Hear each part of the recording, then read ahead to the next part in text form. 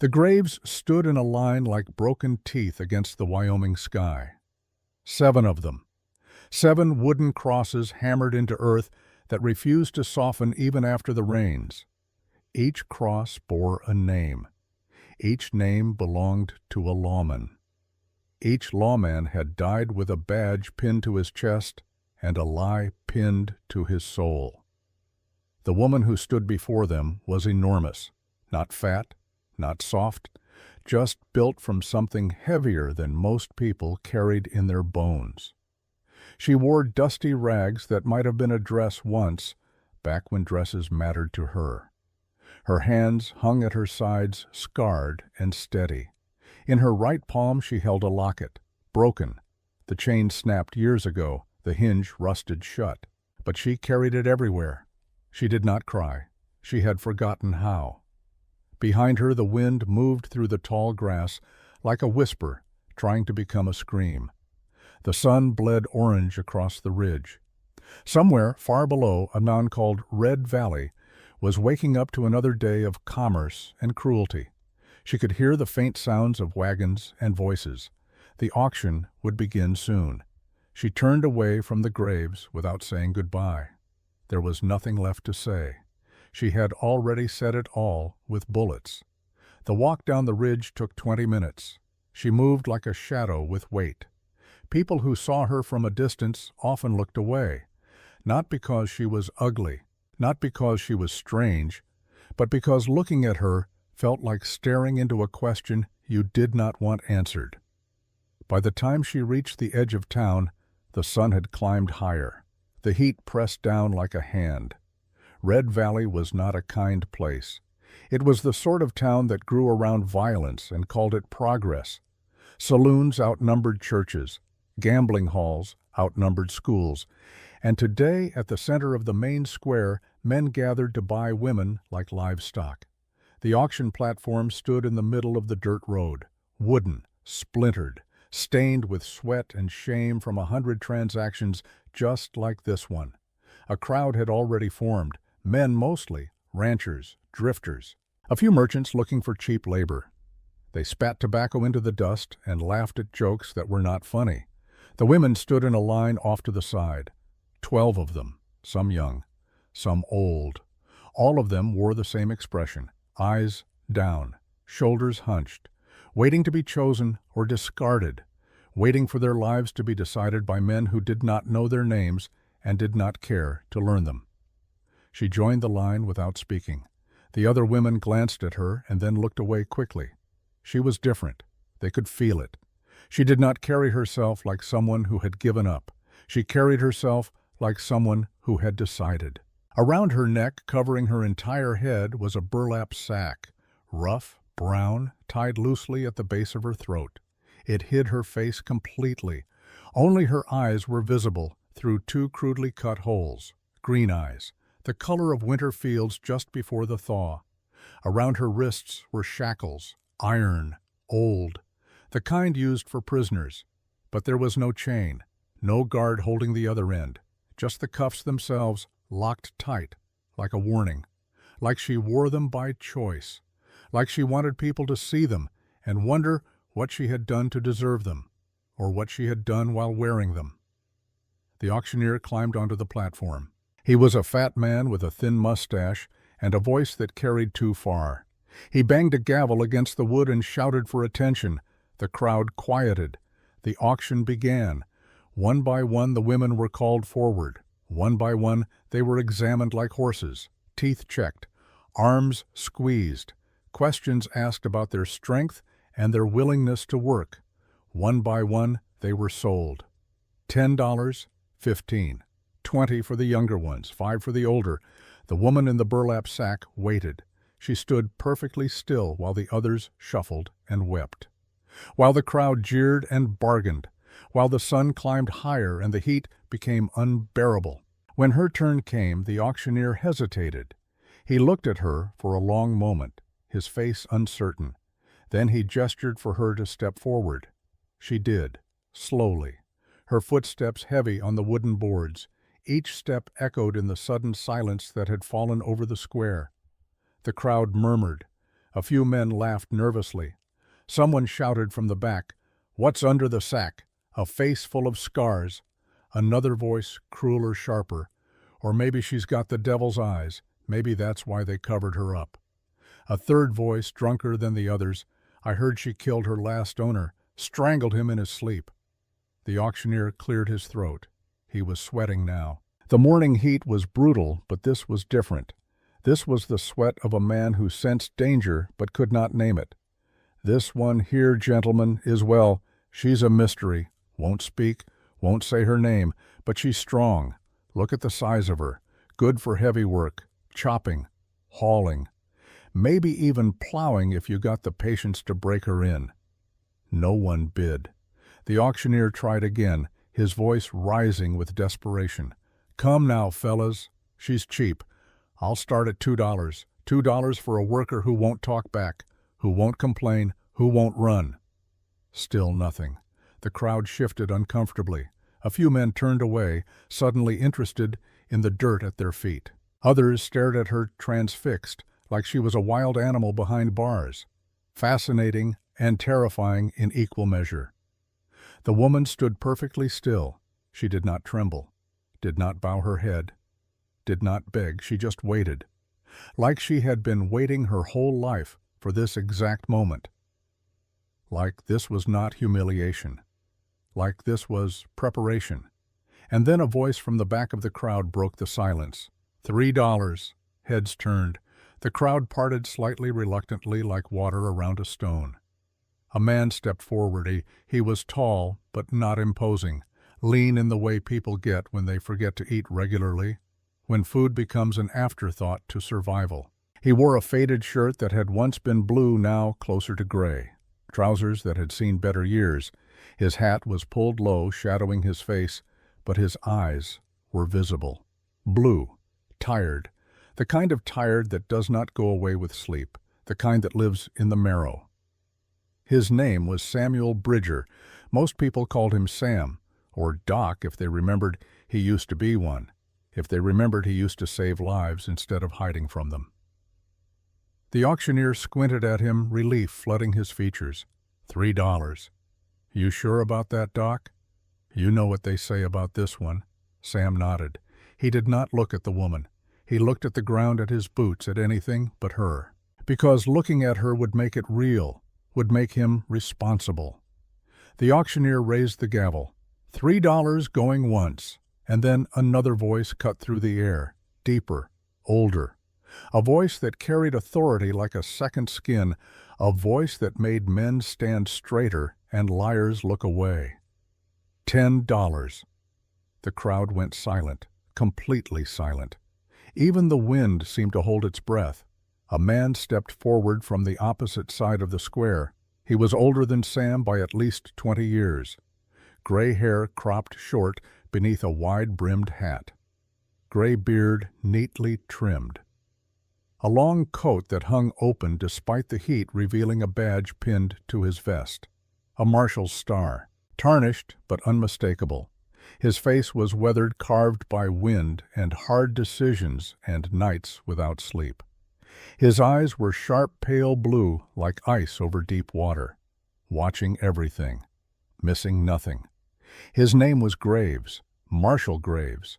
Everyone in the territory knew the name. Some respected it, some feared it. No one questioned it. He had brought law to places that had forgotten what law meant, had stood between chaos and order more times than anyone could count, had killed men who needed killing and lost no sleep over it. But today, standing in the dust of Red Valley with the sun beating down, he did not look like a lawman. He looked like a man haunted. Sam looked at the marshal for the first time. Their eyes met across the crowd. Something passed between them. Recognition, maybe, or warning. A silent conversation that neither of them wanted to have. The auctioneer stammered. $10 from the marshal. That's a generous bid, sir. More than generous." Graves did not smile. He did not move. He just stared at the woman in the burlap sack. And she, for the first time since stepping onto the platform, turned her head.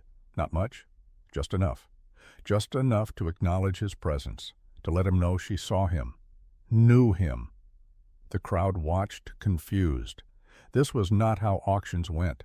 This was something else. Something they could not name, but could feel pressing down on them like a storm about to break. Sam's jaw tightened. He did not have $10. He barely had $3. His ranch was failing, his savings gone, his pride long since buried. But something in him refused to let this go, something deeper than logic or sense. He stepped closer to the platform, his boots crunching in the dirt. "I don't have more money than that," Sam said quietly. His voice did not carry far, but the marshal heard it. Everyone heard it. The square had gone that silent. "But I need her." It was the truth. He did not know why, could not explain it if someone asked, but he needed her, needed someone, needed to stop the emptiness that had been eating him alive since he came back from the war, since he saved the wrong man and watched the world burn because of it. Graves looked at him, really looked. His expression was unreadable, carved from stone and regret. Then he did something unexpected, something that would echo through the rest of their lives. He stepped back. "Keep your $3, son," Graves said. His voice was low, almost sad, weighted with knowledge Sam did not have. "You don't know what you're buying, but maybe that's for the best. Maybe you're supposed to find out the hard way." The auctioneer looked confused, his gavel frozen in midair. "Marshal, you're withdrawing your bid. $10 is a lot to walk away from." Graves nodded once. A sharp dip of his chin, then he turned and walked away. But he did not leave. He stopped at the edge of the crowd near the shadowed doorway of the general store, watching, waiting. His hand resting on the grip of his revolver fingers, drumming a slow rhythm against the leather holster. A habit, or a warning. Sam felt the weight of the moment settle on his shoulders like a yoke. He looked up at the woman on the platform. She was looking down at him now, her head tilted slightly. Through the holes in the burlap sack, he could see her eyes, green, unblinking, steady. They held no hope, no fear, just a calm, terrible patience. The auctioneer banged the gavel, eager to be done with this strange transaction. "Sold $3 to the dock. May God have mercy on your soul, Bridger." It was meant as a joke. No one laughed. The crowd dispersed quickly after that. No one stayed to congratulate Sam. No one offered to help him load his purchase into the wagon. They just moved on to the next spectacle, the next transaction, the next cruelty masquerading as civilization. Sam paid the auctioneer with coins that felt heavier than they should. The man handed him a piece of paper, a bill of sale, like she was furniture or livestock. Sam folded it without reading and shoved it into his pocket. He would burn it later, or bury it, anything to forget what this moment represented. He walked to the woman. She had stepped down from the platform and stood waiting, perfectly still, like a statue, like something carved from the earth itself. Sam did not know what to say. Words felt inadequate, dangerous even, so he said the only thing that felt true. "I won't hurt you." She did not respond, did not nod, did not move. But something in her posture shifted, just slightly, like a door unlocking from the inside, like a breath being released after being held too long. Sam gestured toward the wagon parked at the edge of the square. Old wood, peeling paint, one wheel that squeaked no matter how much grease he used. "My ranch is 2 hours north. If you want to come with me, you can. If you don't, I won't force you. I'll give you the $3, and you can go wherever you want." He meant it, every word. He was not a good man, but he was not that kind of man. For a long moment she did not move. The square had mostly emptied now, just a few stragglers, a dog sleeping in the shade, the auctioneer counting his money, and from the shadows, Marshal Graves watching with eyes that never blinked. Then she stepped forward. One step, then another. She walked past Sam toward the wagon, not hurried, not slow, just purposeful, like she had already decided long before he made the offer. Sam followed, his heart pounding for reasons he could not name. He helped her climb into the back of the wagon. She did not need help. She was strong enough to pull herself up easily, her arms thick with muscle, her movements efficient. But he offered his hand anyway, because it felt like the right thing to do, the human thing. She looked at his hand, studied it, the scars on his knuckles, the calluses from work, the tremor he could not quite hide. Then, after a pause that felt like an eternity, she took it. Her grip was firm, her hand rough-covered in old calluses and new scars. He felt the strength in her fingers, the kind of strength that came from holding tools for hours without rest, or from holding weapons, from pulling triggers, from fighting for survival in ways Sam had only seen in war. He climbed onto the front seat of the wagon, took the reins in hands that shook slightly. The horse, an old mare named Dust, started forward without prompting. She knew the way home, had made this journey 100 times, knew every rock and rut in the road. As the wagon rolled out of Red Valley, Sam glanced back once. The woman sat in the back perfectly still. The burlap sack remained in place, hiding her face, hiding her secrets. She did not look at the town, did not look back at the platform where she had been sold like cattle. She looked forward, always forward, but from the shadows near the general store, Marshal Graves watched them leave. His hand still rested on the grip of his revolver. His face was unreadable, a mask of stone and sorrow. His thoughts were his own. But if someone had been close enough to see his eyes, they would have noticed something strange, something unexpected. Tears, just barely, held back by will alone. The road north was rough, rutted from years of rain and neglect and wagon wheels that cut deeper with every passing season. The wagon bounced and creaked with every turn, every stone, every slight depression in the earth. Sam kept his eyes forward, but he was aware of her, always aware. Her presence was like heat, like gravity, impossible to ignore. She sat like a statue, not stiff, not uncomfortable, just still. The kind of stillness that required effort, control, the kind that came from years of practice, from learning that movement meant danger, that visibility meant death. After an hour of silence, broken only by the creak of wheels and the steady rhythm of hoofbeats, Sam tried to speak. His voice came out rough, unpracticed. He had not spoken to another person in weeks. "My name is Samuel Bridger. But most people call me Sam, or Doc because I used to be a doctor, Army surgeon during the war. I worked in field hospitals, saved a lot of men, lost more than I saved, but I tried." No response, just the rattle of the wagon, the cry of a hawk overhead. He continued anyway, words spilling out like water through a cracked dam. I don't need much from you, just help around the ranch, fixing things, chopping wood, mending fence, whatever you're able to do. I'll give you a place to sleep. Food, you won't be treated like what they called you back there. You won't be property. You'll be a person." Still nothing. Sam fell silent. He had said too much, or not enough. He could not tell which. The road stretched ahead, disappearing into the heat shimmer on the horizon. The sky above was wide and empty, no clouds, just blue fading into pale white at the edges. The sun climbed higher. The temperature rose. Sweat ran down Sam's back, soaking his shirt. They passed through open grassland, through stands of cottonwood trees that offered brief moments of shade, through dry creek beds that had not seen water in months. The land was beautiful in its harshness, unforgiving but honest. Sam had always appreciated that about Wyoming. It did not lie to you, did not pretend to be something it was not. Then it happened.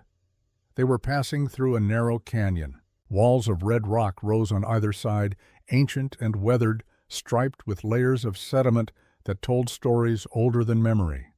The path was tight, barely wide enough for the wagon. Sam had traveled this route 100 times, knew every turn, every stone, every shadow. He was not paying attention. His mind was elsewhere, on the woman behind him, on the $3 he had spent, on the look in Marshal Graves's eyes when he walked away. The woman's hand shot out. She grabbed his shoulder, hard. Her fingers dug into muscle with strength that made him gasp. Sam jerked the reins instinctively. Whoa! Dust stopped immediately, her training overriding her momentum. The wagon lurched. The wheels skidded slightly in the loose dirt. The woman released his shoulder as quickly as she had grabbed it. She pointed ahead. Not at the road, at the cliff wall on the left, high up, where the rock face met the sky. Sam stared. He did not see anything at first, just rock, shadow, the endless blue above. Then he heard it. A low rumble, distant but growing, like thunder underground, like the earth groaning in its sleep. His heart kicked against his ribs. 5 seconds later, a massive boulder broke free from the cliff face. It tumbled down, slow at first, almost lazy, then faster, gathering speed, gathering inevitability. It crashed onto the road exactly where they would have been if they had not stopped, exactly where Dust's front hooves would have been stepping. The impact sent dust and debris exploding into the air in a choking cloud. Shards of stone flew in every direction. The horse whinnied and reared eyes rolling white with terror. Sam fought to keep her steady, pulling back on the reins, speaking in low, soothing tones that he did not feel. When the dust settled, when the echoes faded, when his heart stopped trying to break through his chest, the boulder sat in the middle of the path, as tall as a man, wide enough to block the wagon completely, heavy enough to have killed them both, crushed them without ceremony or mercy. Sam turned slowly to look at the woman. She was already looking at him. Through the burlap sack, her green eyes were calm, completely calm, like she had expected this, like falling rocks and near death were nothing new. "How did you know?" Sam asked.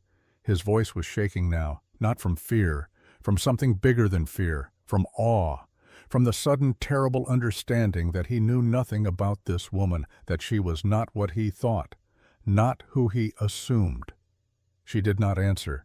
Instead, she reached up, slowly, deliberately. Her hands moved to the cuffs around her wrists, the iron shackles that had no chain. She slid one glove off, just one, peeling it back finger by finger. Her hand was exposed, scarred beyond counting, thick calluses on the palm and fingers yellow and hard. Old burns marked the back of her hand.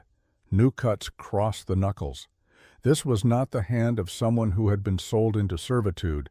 This was the hand of someone who had fought, who had killed, who had survived things that should not be survived. Sam stared at her hand, then at her eyes. Understanding began to settle in his chest like a stone in deep water, cold and heavy and undeniable. You're not just someone they were selling," he said quietly. The words felt inadequate. "You're someone they were afraid to keep." She lowered her hand but did not put the glove back on. She let him see, let him understand. Then she turned away and climbed down from the wagon in one smooth motion, landing lightly despite her size. She walked to the boulder, studied it like a problem to be solved, ran her bare hand along its surface, feeling for purchase, for weakness. Then she found a narrow gap between the rock and the canyon wall. She wedged herself into the space, planting her feet, bracing her back against the stone, and she pushed. The boulder shifted, just an inch at first, then another. The sound of stone grinding against stone filled the canyon. Her breath came hard but steady, not gasping, not desperate. Just the controlled breathing of someone used to physical labor, to pushing past limits, to refusing to quit. After a minute, maybe two, the boulder rolled just far enough to clear the path, just enough for the wagon to pass. She climbed back into the wagon without a word, put her glove back on, sat down in the same position as before, like nothing had happened, like moving boulders was ordinary, expected. Sam did not ask questions. His throat was too tight, his mind too full. He just took the reins and guided Dust forward past the boulder, through the canyon, back into open land. The rest of the journey passed in silence. But it was a different kind of silence now, not empty, not uncomfortable, full, heavy with unspoken things, with questions Sam did not know how to ask, with answers the woman was not ready to give. When the ranch came into view, the sun was low on the horizon. The land was flat here, endless. Grass moved in waves under the wind, golden and silver in the fading light. A single windmill stood near the barn, its blades turning lazily, creaking with each rotation. The sound was familiar, almost comforting. The house was small, one story. Wood frame weathered gray by years of sun and wind. Paint had peeled away long ago. A porch sagged on one side, the boards warped and splitting. 2 windows faced the road, dark and empty. It was not much, but it was home, or at least it had been once. Before the war, before the guilt, before the loneliness became a weight too heavy to carry. Sam pulled the wagon to a stop near the barn. He climbed down, his legs stiff from sitting. His back ached from the tension of the long ride. He stretched, feeling joints pop and protest. The woman climbed down after him. She stood looking at the ranch, taking it in. Her eyes moved slowly from the house to the barn to the windmill to the fields beyond, measuring, assessing, like a general surveying a battlefield. Sam cleared his throat. It's not much. Needs work. Needs a lot of work, actually, but it's quiet. No one comes out here unless they're lost. You'll have privacy, safety. She did not respond. She walked past him toward the barn, moving with purpose, like she already knew what needed to be done, like she had been here before, though Sam knew that was impossible. He followed, curious and cautious in equal measure. Inside the barn it was dim and cool. Dust floated in the beams of light that cut through the gaps in the wood. The air smelled of old hay and horse and time. Tools hung on the walls, some rusted, some still functional. A workbench sat in the corner, covered in projects Sam had started and never finished. And near the back, behind an old saddle that had belonged to his father, there was something he did not recognize. A trunk. The woman stopped in front of it. She stared at it the way someone might stare at a ghost, with recognition, with dread. Sam frowned, stepping closer. I've never seen that before. I've been through this barn 1,000 times. That trunk, it wasn't there. Catherine looked at him. Through the burlap sack, her green eyes were calm. It was always there, behind the saddle, under old hay. You just never looked. How did you know to look? Sam asked. Catherine turned back to the trunk. Her voice was quiet, distant. Because I know Harding. He plants insurance everywhere. Backups, fail-safes. He would never send you just the medical kit. There would be something else. Something for me to find if I ever came looking. Something to remind me of what I was. What he made me. She knelt down. Her hands moved over the surface of the trunk with familiarity. Not because she had seen this specific trunk before, but because she had seen dozens like it, hidden in barns, in attics, in root cellars. Harding's caches scattered across the territory like landmines waiting to explode. She found a latch hidden beneath a layer of dust and cobwebs. She pressed it. Something clicked. She opened the lid. He knew I'd recognize the pattern, Catherine said softly. Knew I'd find it. This is his way of saying he's still watching. Still controlling, even from a distance. Inside was a collection of items that made Sam's blood go cold. A rifle, long, custom-made, the kind that cost more than most men earned in a year. Wrapped carefully in faded cloth, oiled and maintained, despite however long it had been hidden. A set of knives, 6 of them, sharp, clean, arranged in a leather roll like surgical instruments. Each blade different, each blade meant for something specific. A worn leather coat, dark brown, heavy, the kind that stopped wind and rain, and maybe even bullets. It had seen use. The leather was scarred and stained. And a badge, a marshal's star, cracked down the middle, the 2 pieces held together by a thin strip of metal, tarnished, but real. Beneath it all, a single piece of paper, a letter. The ink was faded brown with age, but the name at the top was still legible. Valina. Sam's mouth went dry. His hand started to shake. Who is Valina? The woman stood slowly. She did not take the rifle. did not touch the coat, did not pick up the badge. She just stared at the contents of the trunk like they were memories made solid, like they were pieces of a life she had buried and never expected to see again. Then she turned to him. Slowly, deliberately, she reached up with both hands. She gripped the edges of the burlap sack where it tied at her throat. Sam's heart pounded so hard he could hear it in his ears. He wanted to look away, wanted to give her privacy, wanted to run, but he could not move, could not breathe, could only watch. She pulled the sack off. Her face was sharp, fierce, beautiful in the way cliffs are beautiful. Dangerous and permanent and shaped by forces beyond human control. Her hair was long, dark, tangled from days under the sack. Her skin was tanned from years under the sun, weathered but strong. And yes, there were scars. A thin line across her left cheek, another along her jawline, a third near her temple. But they did not diminish her. They defined her. It was her eyes that held him. Green, wild, the same eyes he had seen through the burlap, but now they were free. Now they were looking at him with an intensity that felt like being seen for the first time in his life. She looked at him, and for the first time since he met her, since he bid $3 on a stranger, since he brought her to this failing ranch in the middle of nowhere, she spoke.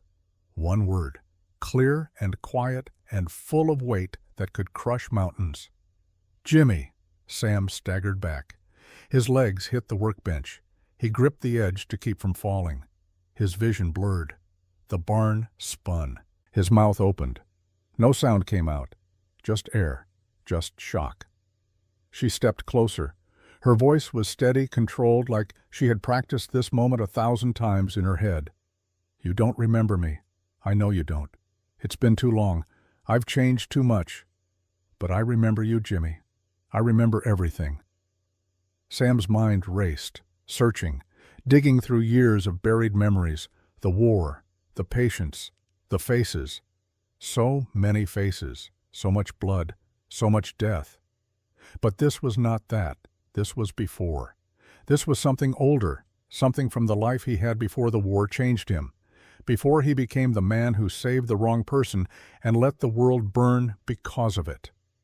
A girl. He remembered a girl, a lifetime ago, before he was Sam the doctor, when he was just Jimmy, just a boy on his father's ranch. There had been a girl, a neighbor's daughter. They had played together, ridden horses together, made promises the way children do, promises about forever. Her name had been Catherine, and then there was a fire.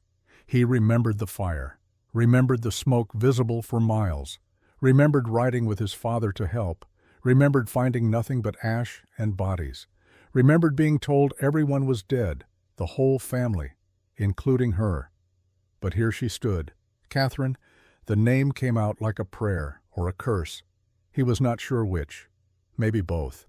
She nodded once. A sharp, definite movement. Sam's knees buckled. He sat down hard on the floor of the barn, his back against the workbench. His hands shook.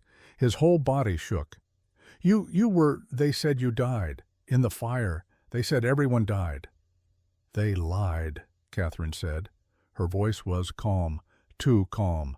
The calm of someone who had lived with this truth so long it no longer had the power to hurt. Or they believed what they were told.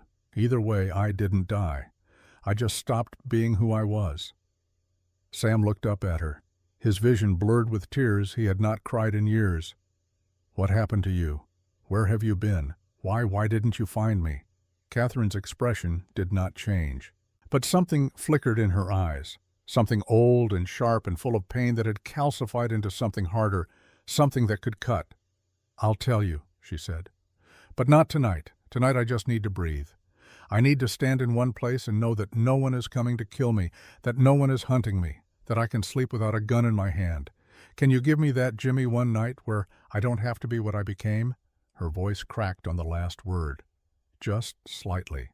Just enough to show that beneath the stone there was still something human, still something that could feel. Sam nodded. He could not speak, could only nod. Catherine turned and walked out of the barn. Her steps were heavy, tired, like she had been carrying weight for so long she had forgotten what it felt like to set it down. Sam sat on the floor surrounded by the tools of a life he did not understand. A life she had lived without him, the rifle, the knives, the badge, the name Valina. Who was Valina? What had Catherine become? Outside the sun had set. The sky was purple, deepening to black at the edges. Stars were beginning to appear one by one, like eyes opening in the dark. Catherine stood in the middle of the yard, her face uncovered for the first time in who knows how long, her arms at her sides. She looked up at the stars, at the endless sky, at the universe that kept spinning no matter how much you suffered, no matter how much you lost. And for the first time in years, she allowed herself to feel something other than rage, other than the cold, calculated fury that had kept her alive through 3 years in hell, through years of hunting, through becoming something she never wanted to be. She felt tired, bone-deep tired, soul-tired. The kind of tired that sleep could not fix. Inside the house, Sam finally stood. His legs were unsteady, but they held. He walked to the window. He could see her through the glass, a silhouette against the darkening sky. A woman who used to be a girl he knew, a stranger who used to be a friend. He did not know what to do, did not know what to say when morning came. So he did the only thing he could. He waited. He made coffee on the old stove, set out 2 cups, lit a lamp, sat at the kitchen table with his hands wrapped around warmth he did not feel.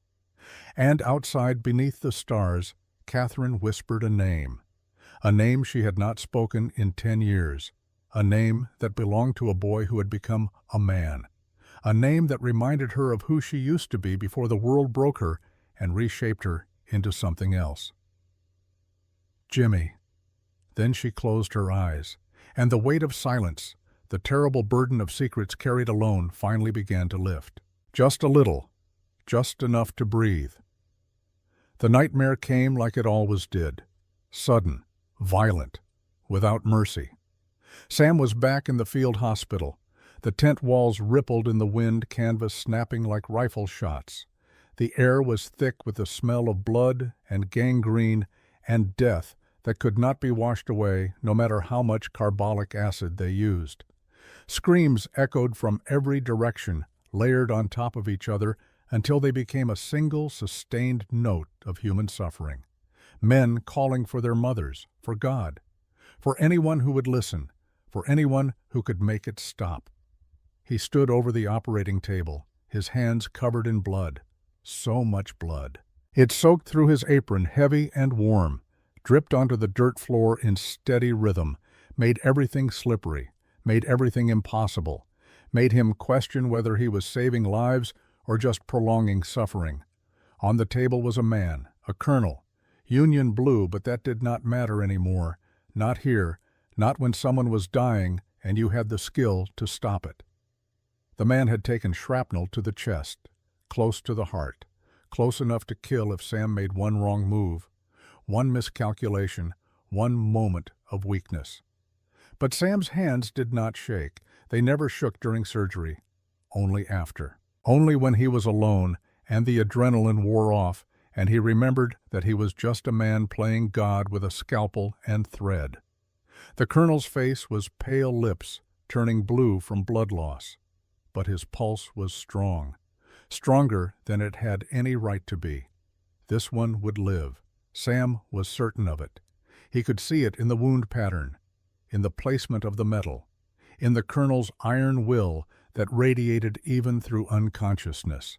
His hands moved with practiced precision, removing fragments, clamping vessels, stitching layers of tissue back together like he was mending a torn shirt. But this was not cloth. This was a human being, someone's son, someone's commander, someone who would go back to the war and kill more men who were also someone's son. "You're going to make it," Sam heard himself say. His voice sounded far away, hollow, like it was coming from the bottom of a well. "You're going to live, Colonel." The man's eyes opened. They were gray, cold, like winter sky before snow, like steel. "Thank you, doctor, I won't forget this. I owe you my life." Sam finished the surgery, bandaged the wound with hands that had stopped feeling anything, stepped back. The colonel was carried away on a stretcher, disappearing into the chaos of the camp, into the endless stream of broken bodies waiting for Sam's attention. And Sam turned to the next patient, and the next, and the next, until the sun rose and he could barely remember his own name. 3 months later, Sam heard the name again. Colonel Edmund Harding, a hero, they said, led a brilliant campaign through the Shenandoah Valley, burned a path through enemy territory that Sherman himself had praised, left nothing standing, no buildings, no crops, no resistance, no people.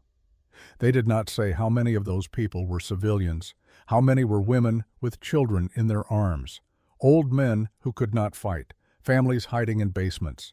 They did not say that Harding's efficiency came from a willingness to burn everything that moved, to treat war like extermination. And Sam had saved him, had made it possible, had given him a second chance to kill. In the dream, Sam stood in a burning field, bodies everywhere, too many to count. A child's doll lay in the ash, its porcelain face cracked, a woman's shoe, small and delicate, a man's broken glasses reflecting flames. And in the center of it all, Colonel Harding stood smiling, his uniform pristine, his gray eyes fixed on Sam with something that looked almost like gratitude. "Thank you, doctor. I couldn't have done this without you. All of this is because you saved me. Every death, every burned home, every widow, every orphan. You made this possible." Sam tried to scream, tried to run, but his feet were rooted to the ground, sinking into soil that was muddy with blood. His voice was gone, stolen by smoke, and the flames grew higher, hotter, consuming everything, reaching for him with fingers made of fire. He woke gasping, sitting upright so fast his vision blurred. His shirt was soaked with sweat clinging to his skin. His heart hammered against his ribs like it was trying to break free, like it wanted to escape the cage of his body and run somewhere he could not follow. It took him a moment to remember where he was. Not in Virginia, not in the hospital tent, not surrounded by dying men. His ranch, his bed, his failure of a life far from the war but never far enough. And then he saw her. Catherine stood in the doorway, just standing there, silent as a ghost, her face half in shadow, half illuminated by moonlight that spilled through the window behind Sam. She wore the same clothes from yesterday, the same worn shirt and trousers that looked like they had been made for someone else, someone smaller. Had she slept at all? He could not tell. Her eyes were open and alert, watching him with an intensity that made him feel exposed. For a long moment, neither of them spoke. Sam's breathing slowly returned to normal, in, out, counting the breaths like he used to during surgery when panic threatened to overwhelm him. His heart rate decreased. The terror of the dream began to fade, replaced by the different terror of the waking world, the terror of being seen. "You dream about the war," Catherine said. It was not a question. It was a statement of fact, like she already knew, like she could see inside his head and read the nightmares written there. Sam nodded. His throat was too dry to speak, too tight with shame. "So do I," Catherine said quietly, and then she turned and walked away. Her footsteps fading down the hall, slow and measured, the walk of someone who had learned to move quietly, to not announce her presence, to be a ghost when necessary. Sam sat in the darkness for a long time after that, staring at the empty doorway, wondering what war she meant, what battles she had fought, what scars she carried that were deeper than the ones visible on her skin. He did not sleep again that night, just lay there watching the ceiling, watching shadows shift as the moon moved across the sky, listening to the house settle, to the wind outside, to the sound of Catherine moving somewhere in the darkness, restless as he was. Morning came cold and clear, the kind of cold that settled in your bones and refused to leave even after the sun rose. Sam woke properly just after dawn, though he had not really slept. The sun barely crested the horizon, painting everything in shades of gold and amber that were almost painful to look at. Too beautiful for how he felt inside. He dressed quickly, his fingers clumsy with the buttons, his hands still shaking slightly from the nightmare, from the memory of blood on his hands that would not wash away no matter how hard he scrubbed. His mind was foggy, thick with exhaustion, and something heavier, something that felt like dread. When he stepped outside, Catherine was already working. She had found the axe. The old one with the loose handle that Sam kept meaning to fix but never did. Kept meaning to do a lot of things. The axe head was still sharp, though. Still functional. Still capable of splitting wood, even if the handle threatened to come loose with every swing. She stood near the woodpile, splitting logs with mechanical efficiency. Each swing precise. Each log falling in two clean pieces with a crack that echoed across the empty land. She had removed her coat despite the morning chill, despite the cold that made Sam's breath visible.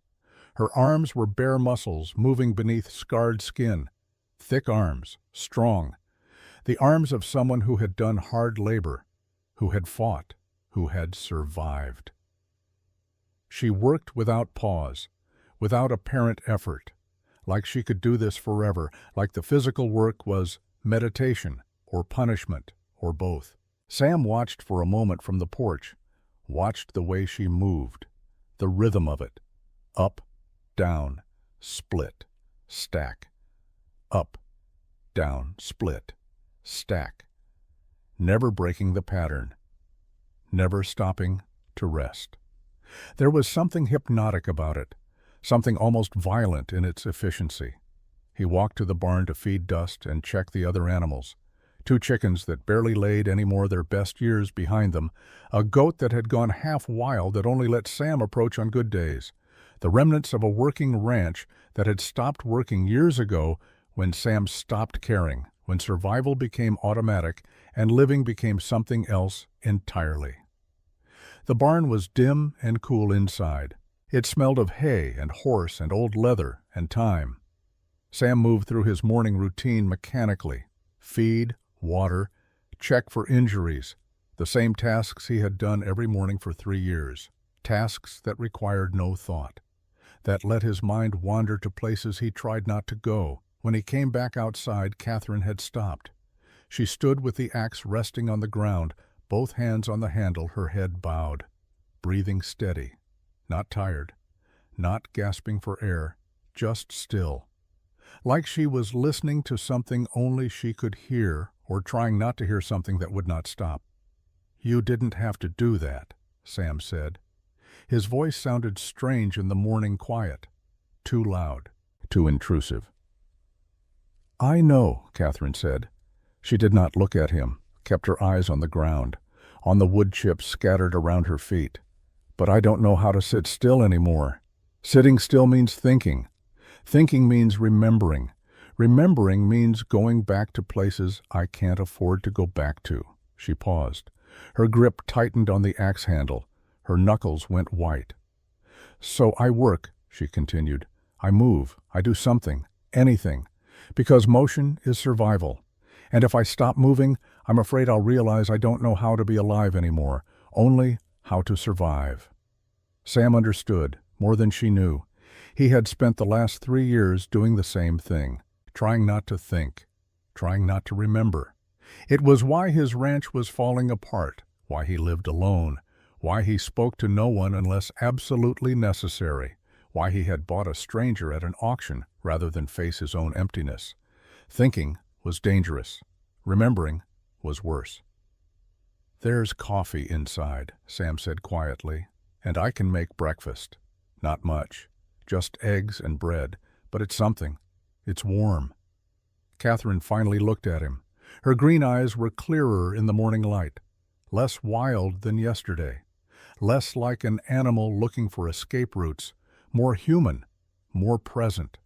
"When was the last time you ate a real meal?" The question caught him off guard, made him think, actually think. "I eat." "That's not what I asked." Sam could not remember. Days blurred together, Weeks, maybe. Meals were an afterthought. He ate when his stomach hurt too much to ignore, when dizziness forced him to sit down, when his body demanded fuel, even if his mind did not care. Survival was automatic. Living was something else entirely. Catherine set the axe down carefully, leaned it against the woodpile. "I'll cook. You have chickens. You must have eggs. And I saw a garden behind the house, half dead, but there might be something salvageable. Potatoes, maybe? Onions, if you're lucky." "You don't have to do that. I know I don't have to," Catherine interrupted. Her voice was firm, not angry, not harsh, just certain, final. "But I'm going to anyway, because you saved me yesterday. Maybe not the way you think you did, maybe not even on purpose, but you did. You gave me $3 and a choice. You didn't touch me, didn't demand anything, didn't look at me like I was property. So I'm going to make sure you don't starve in your own home. Fair trade." She walked past him toward the house, her steps heavy, purposeful, the walk of someone who had decided something and would not be argued with. Sam stood there for a moment, unsure what to do with this strange reversal. He had bought her, brought her here, thought he was the one doing the saving. But now she was taking care of him, feeding him, making sure he survived when he had stopped caring whether he did. The irony was not lost on him. Inside, Catherine moved through his kitchen like she had been there before, opening cabinets, finding pans, locating the eggs and the half-loaf of bread that was starting to go stale. She worked efficiently, no wasted motion, the movements of someone who had learned to work in kitchens that were not her own, who had learned to make do with whatever was available. Sam sat at the table and watched. It felt strange, having someone else in his space, someone moving, breathing, existing in the rooms he had haunted alone for so long. Breakfast was the best meal Sam had eaten in months, maybe longer. Eggs scrambled with wild onions Catherine had found near the creek, bread toasted over the stove until it was golden, coffee strong enough to wake the dead, made from grounds he had been rationing for weeks. They ate in silence, but it was not uncomfortable, not strained, just two people sharing space, sharing survival, sharing something that was not quite companionship but was not quite loneliness either. After breakfast, Sam finally worked up the courage to ask the question that had been burning in his mind since last night, since she had stood in his barn and revealed her face, since she had called him Jimmy and shattered everything he thought he knew. "The trunk in the barn," he said. His voice was quiet, careful. "The rifle, the knives, the badge, the name Valina. Will you tell me what that means? Will you tell me what happened?" Catherine set down her cup slowly. She looked at him for a long time, measuring, deciding how much to say, how much truth he could handle, how much trust he had earned. Then she spoke. "Valina was what they called me," she said. Her voice was flat, empty, like she was reading words from a page rather than speaking about her own life. "In the asylum, Fort Laramie Women's Asylum. That's where they put me after the fire. After I survived when I wasn't supposed to." Sam's stomach turned to ice. The coffee in his mouth suddenly tasted like ash. "Asylum! You weren't sick. There was nothing wrong with your mind." "No," Catherine said. "But that's what they told everyone, that the trauma of seeing my family burn alive had broken something inside me, that I had gone mad with grief, that I was dangerous to myself and others, that I needed treatment, needed to be locked away for my own protection." "Who put you there?" Sam asked. But he already knew, could feel the answer coming like a storm on the horizon. "Colonel Edmund Harding." The name hit Sam like a bullet, like shrapnel tearing through flesh. He could not breathe, could not think. The room tilted, his vision narrowed to a single point. The table, the cup, Catherine's face, unchanging, unmoving. "You know him," Catherine said. It was not a question. She had seen his reaction, had watched the color drain from his face, had seen recognition and horror bloom in his eyes. Sam nodded. His voice came out as a whisper, barely audible. "I saved his life. During the war. He took shrapnel near the heart. I operated for 4 hours. He survived. He thanked me, called me a hero.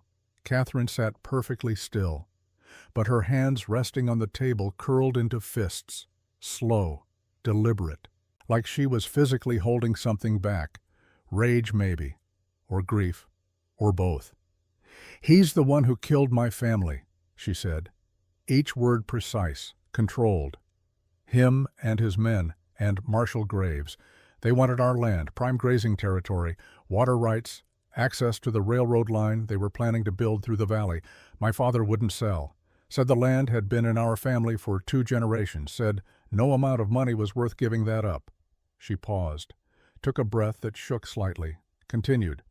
"So Harding and Graves came one night, brought 6 men with them, set fire to the house, to the barn, to everything. They shot anyone who ran out, my mother, my brother, our ranch hands, anyone who tried to escape the flames." Graves. Sam's mind was spinning. "Marshal Graves, the man from the auction yesterday." Catherine nodded once. "My father." The words hung in the air like smoke, like poison, like something that could not be taken back once spoken. Sam could not process it, could not make it make sense. The pieces would not fit together. "Your own father tried to kill you." "No," Catherine said. Her voice cracked slightly, just barely. The first sign of emotion breaking through the careful control. "My father stood outside the burning house and did nothing. He didn't set the fire, didn't pull a trigger. He just stood there and watched. Watched his wife scream. Watched his son try to run and get shot down. Watched the flames consume everything he was supposed to protect. Why would he do that? Because he was on Harding's payroll," Catherine said bitterly. "Had been for years. Harding owned him, owned his badge, owned his loyalty. And when Harding decided he wanted our land, my father had to choose, his family or his career, his conscience or his life." "He chose himself," Sam said quietly. "He chose survival," Catherine corrected. "Same thing I did later, same thing we all do when we're desperate enough." Sam's throat was tight, his chest ached. "But you escaped. You got out." "I jumped through a window," Catherine said. "2nd floor. Broke my ankle when I landed. Crawled into the woods. Hid in a cave for 3 days. No food, no water. Just pain and smoke inhalation and the knowledge that everyone I loved was dead." She stopped, closed her eyes. When she opened them again, they were wet. Not crying, just holding tears that refused to fall. "Harding found me on the 4th day," she continued. "I was half dead, delirious with fever. Infection had set in. He could have killed me then, should have. It would have been merciful. But he didn't. He took me to a doctor, saved my life, and then he took me in." Sam felt sick. Why would he do that? Guilt, maybe, Catherine said. Or curiosity. Or he saw an opportunity. I'll never know. But for 2 years he raised me like I was his daughter, gave me a room in his house, taught me to read better, to shoot, to ride, to fight, made me strong, made me useful. Useful how Catherine looked away, looked at the window, at the morning light streaming through, at anything but Sam's face. "He used me to do things he couldn't be connected to," she said quietly. "Intimidation at first, showing up at people's doors. A giant woman with a rifle and cold eyes. Most people signed whatever papers Harding wanted after that. Then theft, breaking into offices, stealing documents, evidence, anything that could be used against him. And then," Sam prompted gently. "And then killing," Catherine said. The word hung heavy, final. "I was good at it, better than his men, better than anyone expected, because I was a woman, because no one suspected, because I could get close to people in ways men couldn't, and because something inside me had broken, something that used to care whether people lived or died." Sam's hands shook. He gripped the edge of the table to steady them. "How many?" "4, Catherine said. 4 men who refused to sell their land, who stood in the way of Harding's expansion. I made it look like accidents, like robberies gone wrong, like they had crossed the wrong people. I was 15 years old the first time, 17 the last time." "What changed? Why did you stop?" "I woke up," Catherine said simply. One morning, I woke up and looked in the mirror and didn't recognize the person looking back. I had become exactly what Harding wanted, a weapon without conscience, without hesitation, without humanity. And I realized that if I kept going, there would be nothing left of Catherine. Only Valina. Only the monster. So you ran. I tried to, Catherine said. When I was 19, I packed a bag, stole a horse, made it 30 miles before Harding's men caught me. They brought me back. And Harding, he didn't yell, didn't hit me. He just looked sad, disappointed, like I had betrayed him after everything he had done for me. She laughed, a sound without humor. He said I was sick, that the trauma of losing my family had finally caught up to me, that I was having a breakdown, that I needed help, professional help, and then he had me committed, signed the papers himself, told the doctors I was delusional, dangerous, that I had killed people and believed I was justified. But it was true, Sam said. You had killed people. Yes, Catherine said, but for him, on his orders. That part he left out. So they locked me up, gave me drugs that turned my mind to fog, kept me in a room the size of a coffin for 3 years. Sam felt tears on his face. He did not remember starting to cry. How did you survive that? Catherine's jaw tightened, just barely. Barely, she said. Some days I didn't think I would. Some days I didn't want to. The drugs made everything distant, made me forget who I was, what I had done, why I was there. Some days that was a blessing. Most days it was torture. How did you get out? One of the orderlies, Catherine said. Young man, maybe 20. He had been watching me, listening to me talk when the drugs wore off enough to let me speak. And he started to believe me, started to think that maybe I wasn't crazy, that maybe I had been locked away for knowing too much, for being inconvenient.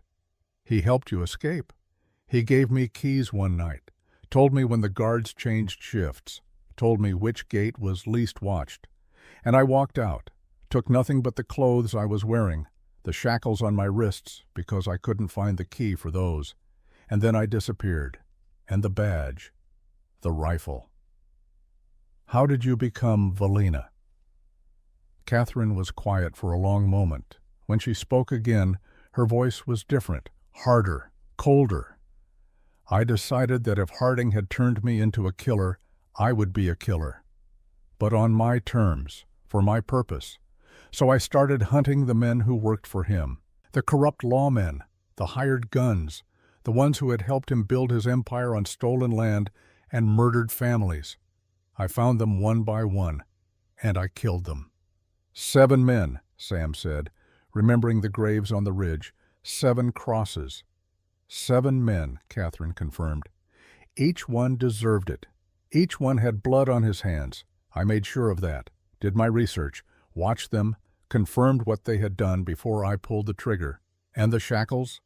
Why do you still wear them? Catherine held up her wrists. The iron cuffs caught the light. Dull, heavy, permanent. To remember, she said.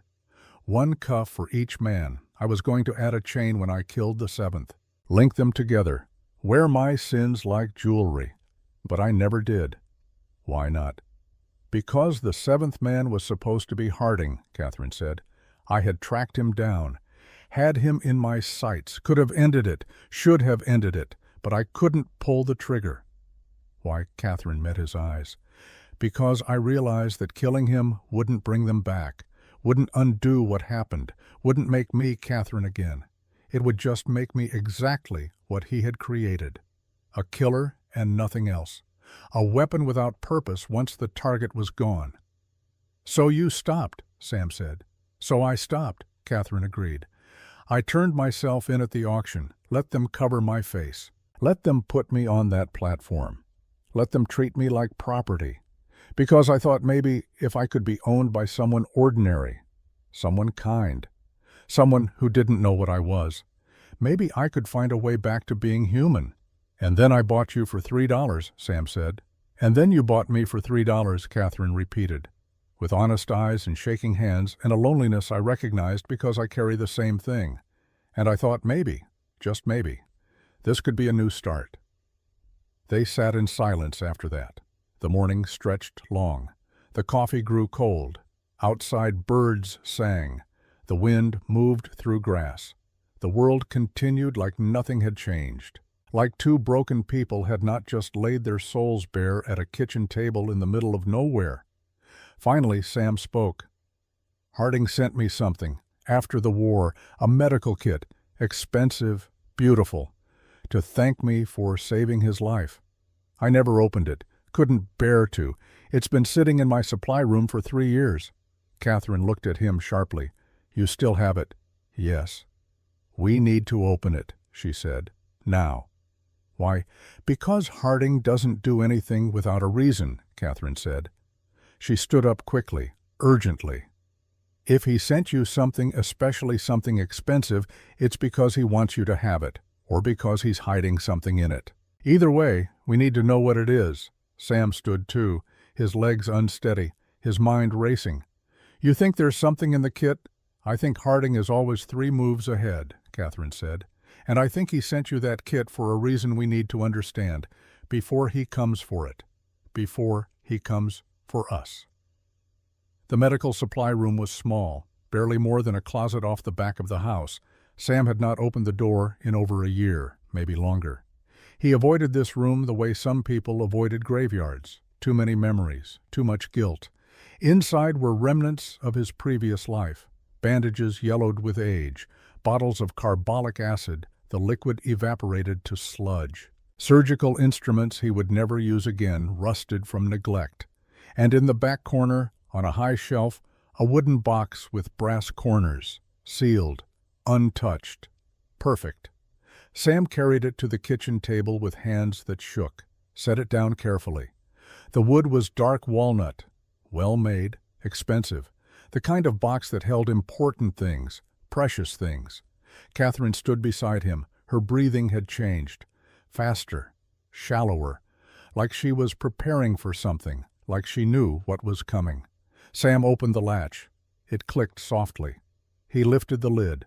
Inside were medical instruments, beautiful, pristine. Scalpels with ivory handles, forceps made from German steel, sutures of the finest silk, all arranged perfectly in velvet-lined compartments. This was easily worth $200, maybe more, a fortune for a country doctor. But Catherine was not looking at the instruments. She was looking at the lining of the box, the deep red velvet interior. Her fingers ran along the edge, searching, pressing, looking for something Sam could not see. "Here," she said. She pressed a section near the corner. Something clicked. The false bottom of the box lifted away. Beneath it was a leather-bound journal, small, compact, the size of a man's hand. The cover was worn but intact, the leather soft with age and handling. And on the front, stamped in gold that had faded to barely visible, were the initials E.E.H. Edmund Harding. Sam's hands shook as he picked it up. It was heavier than it looked, heavier than paper and leather should be, heavy with the weight of secrets. He opened it. The pages were filled with neat handwriting, meticulous, organized, names, dates, amounts, locations, property descriptions, contract details. It was a ledger, a complete record of every corrupt deal Harding had made, every bribe paid, every murder ordered, every piece of land stolen through fraud or intimidation or violence, every law broken, every life destroyed. And there were dozens of names, hundreds maybe. Judges who had thrown out cases for money, sheriffs who had looked the other way during murders, politicians who had passed laws that benefited Harding's business, land office clerks who had falsified documents, railroad executives who had rerouted lines through Harding's property, business owners who had partnered in schemes, all connected, all complicit, all documented in Harding's careful hand. "Sweet God," Sam whispered. His voice was shaking. This could destroy everyone in the territory. Catherine took the journal from his trembling hands, flipped through the pages slowly. Her face was unreadable, a mask of concentration. "This is his insurance policy," she said after a long moment. "This is how he stayed untouchable all these years." "I don't understand," Sam said. Why would he document his own crimes? Catherine flipped through another page. Her voice was measured, clinical. Because if he goes down, everyone goes down, she explained. Every name in this book is leverage, is protection. If someone tries to betray him, he can threaten to expose them too. Mutual destruction. It's brilliant in a sick way. He's made himself indispensable to his own corruption network. But why send it to me? Sam asked. Why put it in my hands? Catherine looked at him, her green eyes intense. Because you saved his life. Because he trusts you in a way he doesn't trust anyone else. You're a doctor. You're honorable. You're not part of his world. If something happened to him, if someone killed him or arrested him, he wanted this journal to survive, wanted someone to have it who wouldn't immediately use it or destroy it. He wanted me to protect it, Sam said slowly, understanding dawning. He wanted me to keep it safe in case he needed it later. Yes, Catherine said, and he probably assumed you'd never open the medical kit, that you'd just keep it as a souvenir, a reminder of the life you saved, never knowing you were guarding his secrets. Sam felt sick, physically sick. His stomach churned. He had been played, used. Even after the war, even thousands of miles away, Harding had found a way to make him complicit. What do we do with it? He asked quietly. Catherine closed the journal, set it on the table, looked at him with an expression that was part determination, part fear. We use it, she said, not the way Harding intended, not to protect him, but to destroy him, to destroy everyone in here. We take this to someone who can publish it, someone who can't be bought or intimidated, someone who will make sure the truth comes out. Harding will come for us, Sam said. The moment this goes public, he'll know where it came from. He'll know I had it. He'll come here and he'll kill us both. I know, Catherine said calmly, which is why we need to move fast. We need to copy this journal, every page, every name, make multiple copies, send them to multiple sources, make it impossible to suppress. Do you know someone? Sam asked. Someone who would publish this? Catherine nodded. There's a journalist, works for a Boston newspaper. His name is Morrison, Thomas Morrison.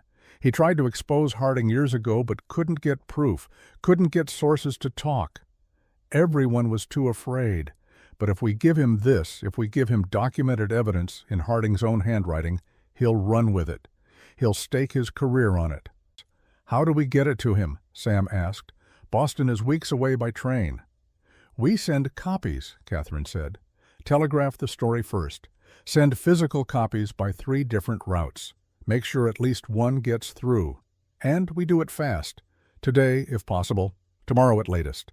Sam looked at the journal, at the names written there, at the crimes documented in careful detail. This was bigger than him, bigger than Catherine. This was justice delayed, but not denied. There's a town called Blackstone, he said, 30 miles south. Has a telegraph office, a print shop. We could copy the journal there, send the telegrams, get this moving before Harding knows what's happening. Then that's what we do, Catherine said. We leave within the hour. We ride hard. We don't stop until it's done. Sam nodded. But something nagged at him. What about your father Graves? He was at the auction. He's been watching. What if he tells Harding you're here? Catherine's expression hardened. My father has been watching for 3 days. If he was going to tell Harding, he already would have. No, he's trying to decide something, trying to figure out which side he's on. And which side is he on? I don't know yet, Catherine said quietly, but we're about to find out. They spent the next hour preparing, packing supplies, saddling horses. Catherine worked with her rifle, now checking the action-loading cartridges. No longer hiding what she was. No longer pretending to be just a woman who needed help. Sam gathered what money he had. Not much, maybe $40. Enough for supplies, for bribes if necessary, for whatever they might need. As they were about to leave, Catherine stopped, turned to him. Jimmy, she said, using the name from his childhood, the name he had left behind. Once we do this, there's no going back. Harding will come for us, maybe others too. We might not survive this. I know, Sam said, but I'm tired of surviving. I'm tired of living with guilt, with the knowledge that I saved a monster. If we do this, if we expose him, maybe I can finally sleep without seeing those burning fields. Maybe I can finally forgive myself." Catherine stepped closer, put her hand on his arm. Her touch was warm, solid, real. "Thank you," she said quietly, "for waiting, for giving me $3 when no one else would give me anything, for being the kind of man who still believes in doing the right thing even when it's dangerous." "Thank you for trusting me," Sam said, "for telling me the truth, for letting me help." They stood there for a moment, two broken people about to do something brave or stupid or both. The sun was high now, the day was wasting, time was running out. They mounted their horses. Catherine on a bay mare Sam rarely rode, Sam on dust. They turned south toward Blackstone, toward truth, toward justice, toward whatever waited for them at the end of this road. Behind them, unseen Marshal Graves sat on his horse on a distant ridge. He had watched them pack, watched them prepare, watched them leave. Now he had a choice to make. Warn Harding that his ledger was compromised. Protect his own name that was surely written in those pages. Save himself, or let his daughter ride toward the reckoning she deserved. The justice he had denied her 10 years ago when he stood outside a burning house and did nothing. He sat there for a long time. The wind cold, the sky endless, his conscience a weight he had carried so long he had forgotten what it felt like to set it down. Then he turned his horse, not toward Harding, not toward safety, toward Blackstone, following his daughter from a distance, not helping yet, but not hindering either, watching, waiting, trying to find the courage to finally do the right thing, even if it cost him everything he had left. The ride back to the ranch felt longer than the ride out. The weight of what they had done pressed down on all three of them. The telegrams were sent. The copies were on their way. The ledger that had kept Harding untouchable for decades was now in the hands of people who would use it to destroy him. There was no going back. Sam rode in silence, his mind churning. He kept glancing at Catherine, at the set of her jaw, the way her hand never strayed far from her rifle. She had been preparing for this moment for 10 years, and now that it was here, she looked almost peaceful, like a woman who had finally set down a burden she had been carrying too long. Graves rode behind them, keeping distance, giving Catherine space. But his eyes never stopped moving, scanning the horizon, watching for riders, for dust clouds, for any sign that Harding already knew, that he was already coming. The sun was setting when they finally saw the ranch. From a distance, it looked peaceful. The windmill turning, the barn doors open, everything as they had left it. But Catherine reined in her horse suddenly, held up a hand. "What is it?" Sam asked. "Something's wrong," Catherine said quietly. Her eyes narrowed. "The chickens. They're not out. They should be out this time of day." Sam looked. She was right. The yard was empty. Too empty. Too quiet. "He's been here," Graves said. His hand moved to his revolver. "Or he's still here." They dismounted near a spot where the creek still held a little water. Just a trickle. Just enough. The horses drank greedily. Sam and Catherine filled their canteens. The water tasted of minerals and earth. Not pleasant, but necessary. Sam looked at Catherine, really looked at her. Her face was hard in the sunlight, all angles and shadows. The scars on her cheeks stood out pale against tanned skin, but her eyes were clear, focused.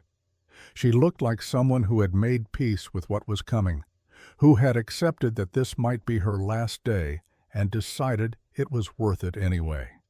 "Are you afraid?" Sam asked. He did not know why he asked, just needed to know he was not alone in his fear. Catherine considered the question, took a drink of water, wiped her mouth with the back of her hand. "Yes," she said finally, "but not of dying. I've been ready to die since I walked out of that asylum. Every day after that has been borrowed time." "Then what are you afraid of?" "Failing," Catherine said. "Dying before we get the journal to Morrison, dying and having it all be for nothing. Having Harding win because we were too slow or too weak or too stupid. That's what scares me, not death, meaningless death." Sam understood. He had felt the same way during the war. Death was inevitable. Everyone knew that. But meaningless death. Death that accomplished nothing. Death that left the world exactly as broken as it was before. That was the real terror. "We won't fail," Sam said, trying to sound confident, trying to believe his own words. "No," Catherine agreed. "We won't, because failure is not an option. We make it to Blackstone. We copy the journal. We send it out. And if Harding comes for us after that, at least we'll have done something that matters." She remounted her horse. Sam did the same. They rode on.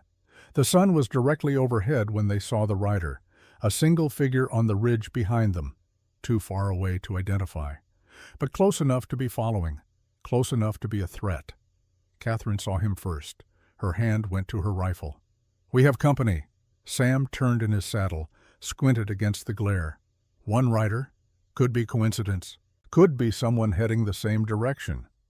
Or it could be one of Harding's men, Catherine said. Or someone who recognized us in town. Or my father. Your father. He was watching the ranch this morning, Catherine said. I saw him on the ridge before dawn. He's been following us since we left. Why didn't you say something? Because I don't know what it means yet, Catherine said. I don't know if he's following to help or to stop us. So I'm waiting, watching, ready for either. They picked up the pace. The horses were tired, but they had more to give.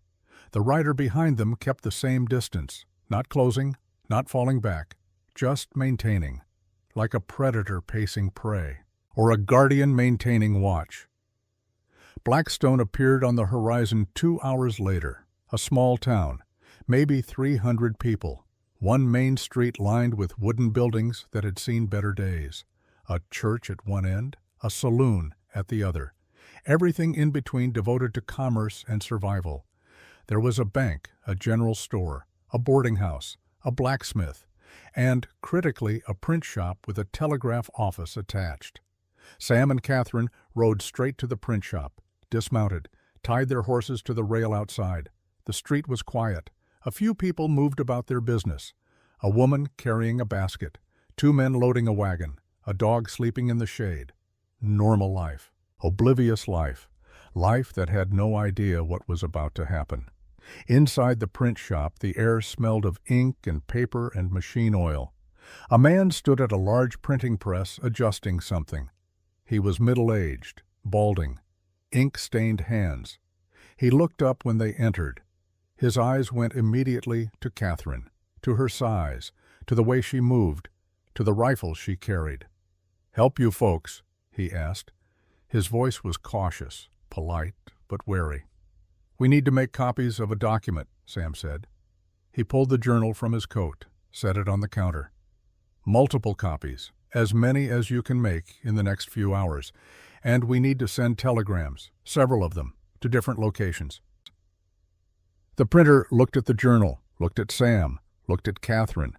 He was doing the math, figuring out if this was trouble, if these were the kind of customers who brought problems into your shop that did not leave easily. "That's going to be expensive," he said slowly. "Copying a whole book, telegrams. That's a lot of work, a lot of materials." "How much?" Sam asked. The printer thought. $50, maybe more, depending on how long the telegrams are. Sam had $40, his entire savings, everything he had left in the world. "I have 40 right now, and I can send you more later. I give you my word." The printer laughed, not cruelly, just tired. "Your word. Everyone's word is good until it isn't. I've been in business long enough to know that promises don't pay bills." Catherine stepped forward. She moved with purpose, with presence, the kind of presence that made people pay attention whether they wanted to or not. She reached into her coat and pulled out a small leather pouch, set it on the counter with a heavy thunk. "Gold," she said simply. 4 ounces, worth about $80 at current rates. Take it, make the copies, send the telegrams. Keep what's left as payment for your discretion." The printer opened the pouch. His eyes widened. 4 small nuggets, real gold, the kind you did not see often in a place like this. "Where did you get this?" Catherine's gaze never wavered. "From the men I killed. Corrupt lawmen collect a lot of bribes over the years. They keep it in gold, easy to hide, easy to carry. When they died, I took what they owed to the people they'd stolen from. Consider this justice redistributed."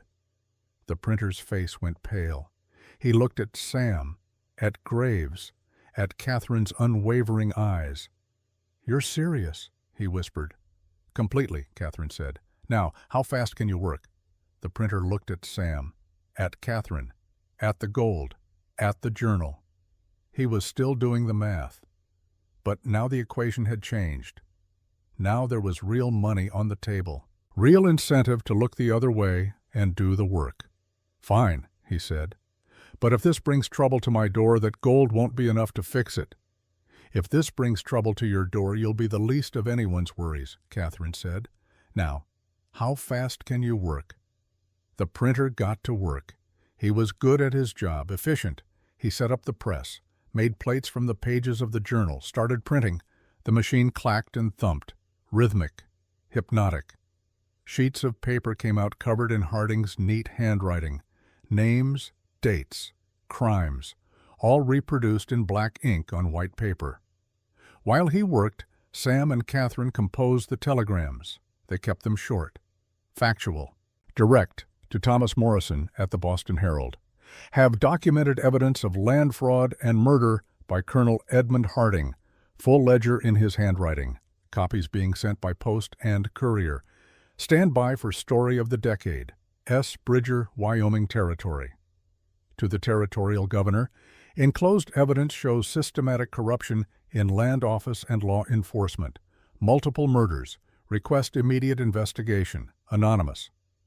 To 3 different newspapers in Denver, Chicago, and San Francisco, Colonel Edmund Harding's criminal enterprise documented in his own ledger. Copies available. Contact Samuel Bridger, Red Valley, Wyoming Territory. The telegraph operator, a young man barely 20, took the messages with shaking hands. "Are you sure you want to send these? This is accusing some very powerful people of very serious crimes." "I'm sure," Sam said. "Send them, all of them, now." The operator looked at Catherine, at the rifle, at her scarred hands, at her eyes that promised consequences if he did not comply. He sent the telegrams. The printing took 3 hours, 3 agonizing hours, during which Sam paced, and Catherine watched the street, and both of them waited for the moment when someone would come to stop them. But no one came. The street remained quiet. The town went about its business, oblivious. Finally, the printer had 5 complete copies of the journal, 5 sets of papers bound with string, 5 identical records of Edmund Harding's crimes. "What do you want me to do with these?" the printer asked. "One goes to Boston by fastest courier," Sam said. "Pay whatever it costs. Another to the territorial capital. Another to Denver. Keep one here as backup, and we take one with us." The printer nodded. He had been paid. He would do the work.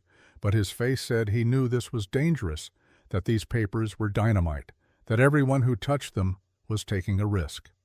"There's a freight wagon leaving for Denver in an hour," he said. "I can get 1 copy on that. The courier to Boston will take a week, maybe more, and the capital is 3 days by rider." "Do it all," Sam said, "fast as possible." They left the print shop as the sun was beginning to descend. The day was fading. They had maybe 4 hours of good light left, enough to get back to the ranch if they rode hard, or enough to run if they needed to disappear into the territory and hope Harding's reach was not as long as his reputation suggested. But as they stepped into the street, they saw him. Marshal Graves sat on his horse 30 feet away, just sitting there, waiting. His hand rested on the grip of his revolver.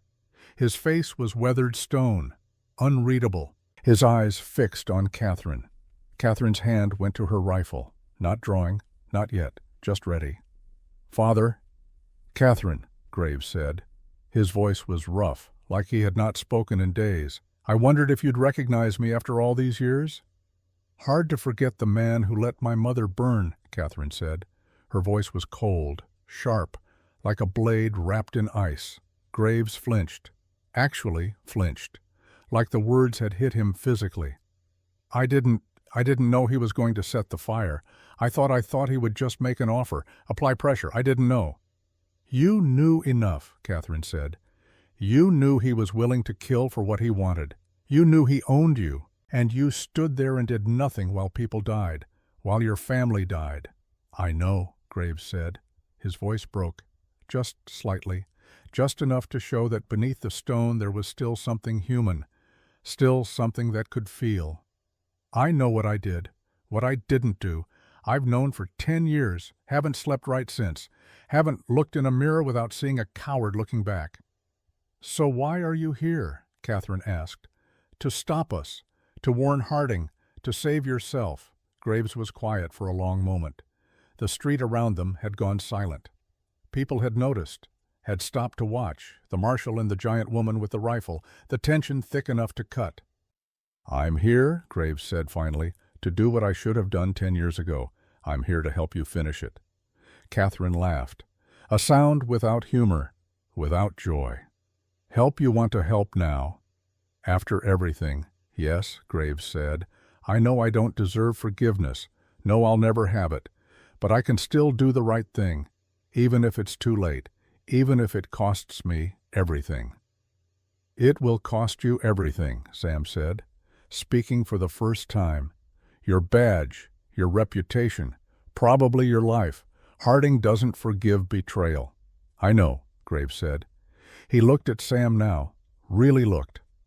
"You're the doctor, the one who saved Harding during the war. He's been talking about you for years, says you're one of the few honest men he's ever met, says he trusts you." "He shouldn't," Sam said bitterly, "because I'm about to destroy him." Graves smiled, small, sad. "Good. He deserves it. They all do. Every name in that ledger deserves what's coming." "Your name is in there," Catherine said. "Page 47, 3 payments totaling $2,000, for services rendered, for looking the other way, for being exactly the kind of man you hate."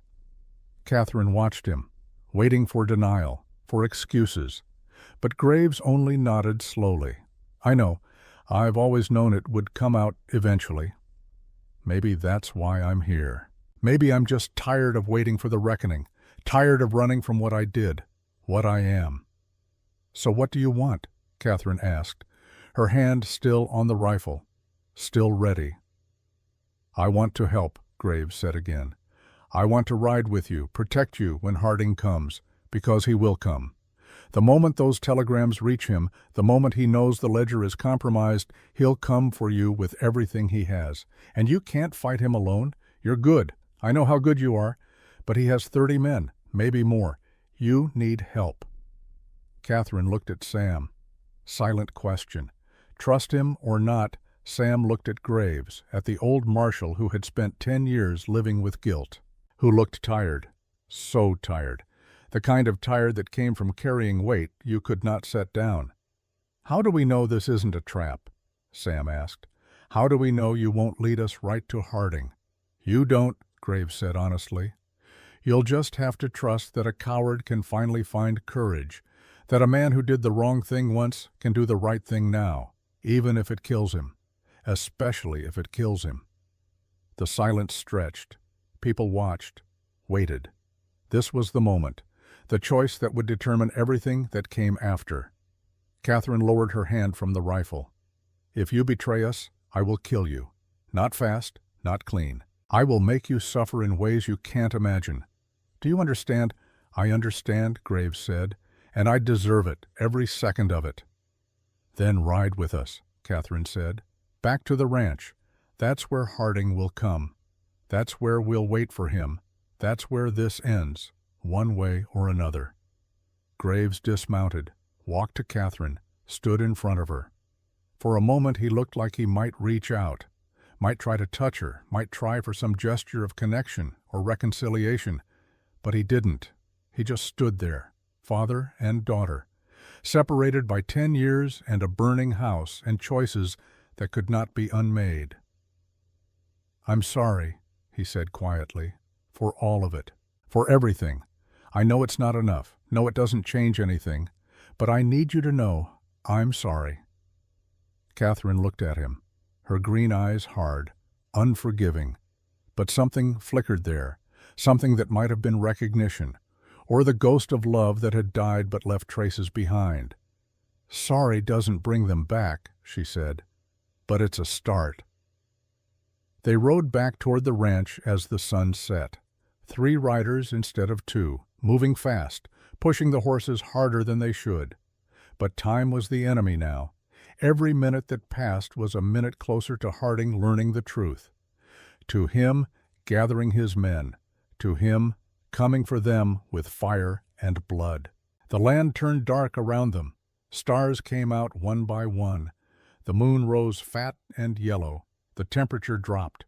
The horse's breath steamed. Sam's hands were numb on the reins. His body ached, but he did not stop, did not slow.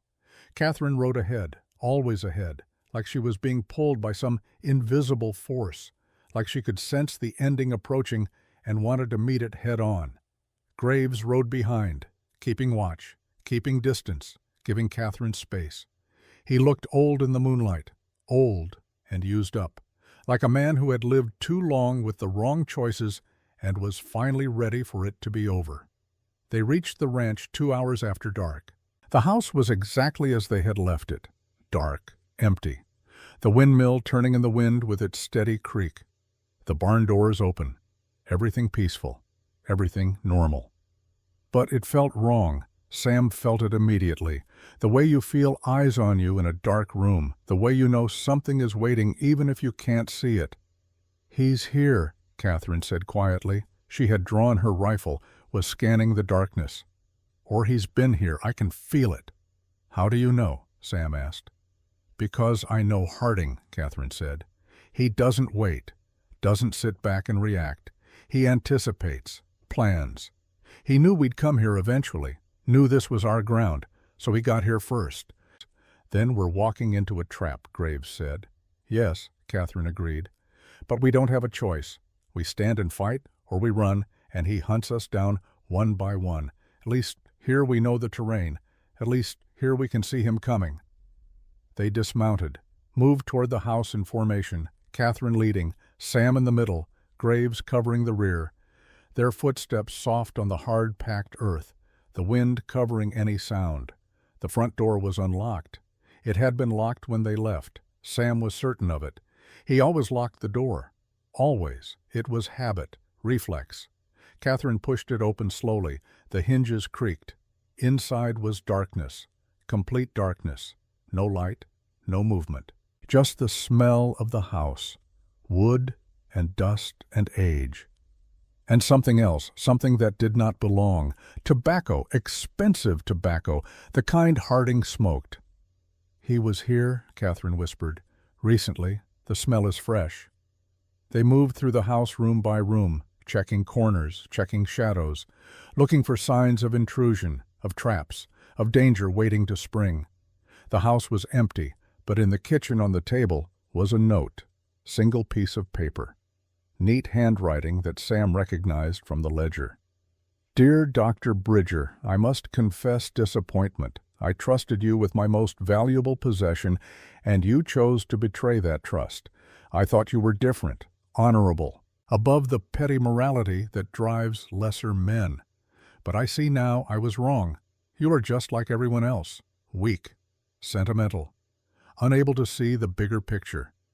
You've made a grave mistake, one that will cost you and everyone you care about. I'm coming for what's mine. And when I'm done, there will be nothing left of you but ash and regret. Consider this your only warning. Leave now. Disappear. And I might let you live. Stay and I will show you what happens to people who cross Edmund Harding. You have until dawn. Choose wisely. E.H." Sam's hands shook holding the paper. He knows everything. Not everything, Catherine said. If he knew we'd already sent copies out, he wouldn't give us until dawn. He'd be here now, burning everything. No, he thinks the ledger is still here, thinks we're still deciding what to do with it. That gives us time. Time for what? Sam asked. He's coming with 30 men. We're 3 people. One of us is exhausted.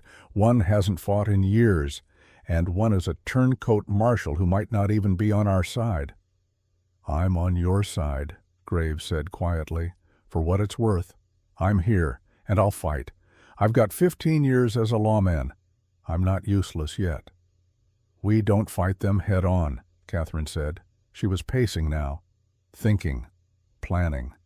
"We can't win that way. But we don't have to. We just have to survive until the story breaks, until the telegrams reach the papers, until enough people know the truth that killing us becomes pointless. Then we're safe, or at least safer." "How long?" Sam asked. "The telegram to the governor should have reached him by now," Catherine said. "But he won't act immediately. He'll need to verify, send people to investigate. That's days. The newspapers are faster. Denver could have the story by tomorrow afternoon. Boston will take longer. But once one paper runs, others will follow. It becomes a feeding frenzy. Within 48 hours, Harding will be too exposed to act openly. He'll have to go to ground, defend himself legally. By then, we'll have survived, or we'll be dead. Either way, it's over." 48 hours, Sam said. "We need to survive 48 hours against a man with unlimited resources and no conscience." "Yes," Catherine said simply. "Then we prepare," Graves said. He was already moving, already thinking like a lawman, like someone who had defended positions before. "We fortify, we set traps. We make them pay for every inch. We make it so expensive to take us that maybe they'll reconsider." They worked through the night, preparing, turning the ranch into a fortress, or as close to one as 3 people could manage in a few hours. They moved supplies into the house, food, water, ammunition, everything they might need for a siege. They barricaded windows, reinforced doors, created firing positions with good sight lines and cover. They set traps in the yard, tripwires connected to bells, to pans that would clatter, to anything that would alert them if someone approached in darkness. Nothing sophisticated, nothing that would stop a determined attacker, but enough to buy seconds. And in a fight, seconds mattered. Catherine moved with purpose, with efficiency. She had done this before. Sam could see it in the way she worked, in the decisions she made. She knew how to defend a position, how to maximize advantage, how to think like someone trying to kill her and counter it. Graves worked quietly, following Catherine's lead, offering suggestions from his experience. There was something almost peaceful about him now, like he had made his decision and was at peace with whatever came next. Like the waiting was finally over. Sam tried to help, moved what they told him to move, did what they told him to do, but mostly he felt useless. He was not a fighter, was not a tactician. He was a doctor. And doctors saved lives. They did not prepare to take them. As dawn approached, they finished. The ranch was as ready as it would ever be. Now all they could do was wait. They sat in the kitchen, the same table where Sam had eaten breakfast just yesterday, where Catherine had told him her story, where they had found the ledger. It felt like a lifetime ago, like a different world. Catherine cleaned her rifle, methodical, practiced, the movements of someone who had done this 10,000 times, who could do it in darkness, in sleep, by pure muscle memory. Graves sat with his revolver, checking the chambers, counting bullets. He had 2 pistols, a rifle, a shotgun, enough weapons to start a small war, and he looked ready to use them all. Sam just sat, his hands empty, his mind racing, thinking about all the choices that had led here, to this moment, to this kitchen, to waiting for violence that felt inevitable, inescapable. "I'm sorry," he said quietly. "I'm sorry I saved him. If I had just let him die on that table, none of this would be happening. Your family would still be alive. The people he's killed since then would still be alive. All of this blood, all of this pain, it's my fault." Catherine looked up from her rifle. Her green eyes found his in the dim lamplight. "No," she said firmly. "You were a doctor doing your job, saving lives. You didn't know what he would become, what he would do. That's not on you. The blood is on his hands, only his." "She's right," Graves said. "I stood outside a burning house and did nothing. That's a choice, a deliberate choice. You saved a patient. That's not the same thing. Don't take on guilt that doesn't belong to you. God knows we all have enough of our own." Sam wanted to believe them, wanted to let go of the weight he had been carrying for 3 years. but it was hard. Guilt was easier to hold than forgiveness, easier to carry than hope. "What do we do if we survive this?" Sam asked. "Where do we go?" "We can't stay here. Harding might be exposed, but he'll have allies. People who will want revenge. We'll never be safe." "Then we leave," Catherine said. "Head west, California maybe, Oregon, somewhere no one knows us, somewhere we can start over, build something new." "Together?" Sam asked. The question hung in the air. Heavy, important. Catherine met his eyes. "If you'll have me. I know I'm broken. Know I'm not easy to be around. Know I carry darkness that might never leave. But if you'll have me, then yes. Together." Sam felt something break open in his chest. Something that had been locked tight for so long he had forgotten it was there. Hope. Possibility. Future. "I'll have you," he said quietly. "Broken or not. Dark or not. I'll have you, if we survive this." "When we survive this," Catherine corrected. "We don't get to die now. Not after everything. We survive. We win. And then we live. Really live. Not just survive. That's the deal." "That's the deal," Sam agreed. Graves watched them with something that might have been sadness, or maybe envy, or maybe just the bittersweet recognition of something he had lost long ago and would never have again. "I'm glad you found each other," he said quietly. "Glad something good came from all this horror. If I don't make it through this, I want you to know that. Want you to know I'm glad you'll have each other after I'm gone." "You're not dying today," Catherine said. "None of us are. We fight. We survive. We win. All three of us." But even as she said it, she knew it was a lie. Could feel it in her bones. Someone was going to die today. The only question was who. The sun rose slow and red. Like the sky was bleeding. Like the earth itself knew what was coming and was mourning in advance. They heard them before they saw them. Horses. Many horses. The thunder of hooves on hard ground. Coming from the north. From the direction of Harding's ranch. Coming fast. Coming with purpose. Catherine moved to the window, peered through a gap in the barricade. Her face went hard. 30 riders, maybe more, all armed. Harding is leading them. I can see his gray coat.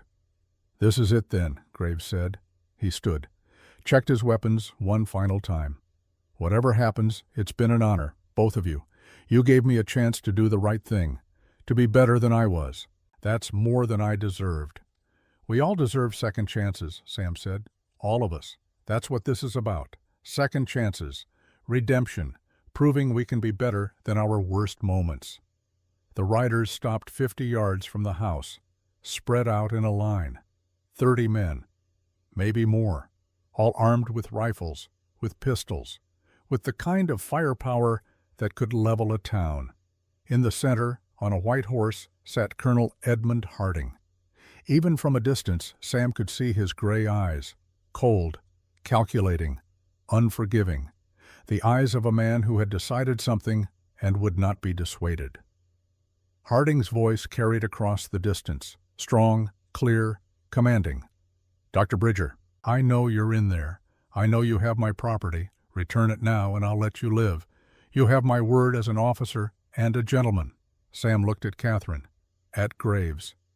Silent question. "What now?" Catherine smiled. Cold, sharp, dangerous.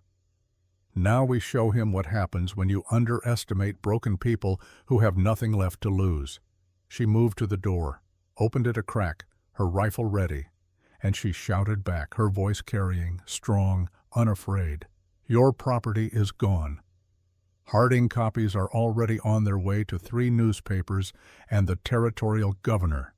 By tomorrow everyone will know what you are, what you've done, you've already lost. This is just you being too stupid to realize it."